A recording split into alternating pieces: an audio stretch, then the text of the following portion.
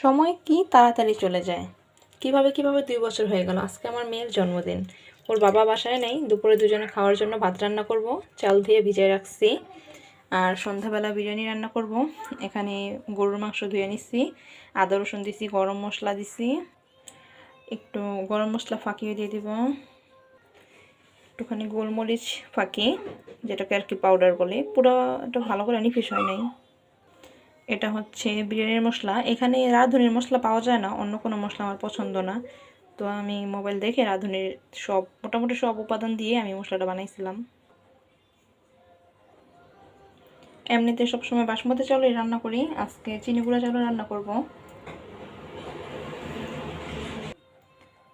ধনিয়া ফাঁকি দিয়ে দিলাম, এটা বাসায় ফাঁকি করছিলাম।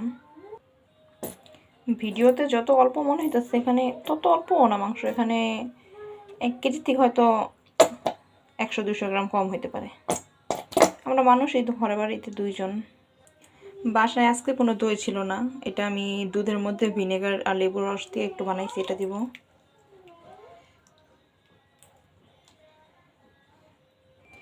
সবচেয়ে গুরুত্বপূর্ণ জিনিস, যেটা একটু এদিক ওদিক হইলে রান্নার 12টা বেজে যায়, ওর লবণ।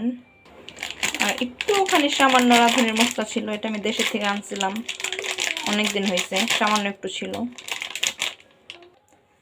এখানে অল্প একটু তেল দিয়ে দিব, আর বাকি তেলে পেঁয়াজ ভাজা তখন দেব। সময় কত দ্রুত চলে যায়, এখনও মনে হয় কি সেদিন বিয়ে হইল, অথচ এদিকে বাচ্চার 2 বছর হয়ে গেল। কিভাবে সময় চলে যায়, সময় ধরা খুবই মুশকিল। যখন দেশে ছিলাম সময় যেত না। ওমা এখন এখানে আসছি, এত টাকা পয়সা খরচ করে, এখন ধরতে গেলে টাকা দিয়ে কেনা সময়, এখন সময় দৌড়ে পালাইতেছে।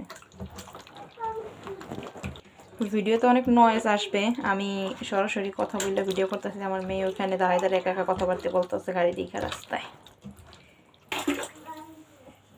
এগুলি ম্যারিনেট করে এখন ফ্রিজে রেখে দেবো একটু, আর পেঁয়াজটা ভেজে নিব।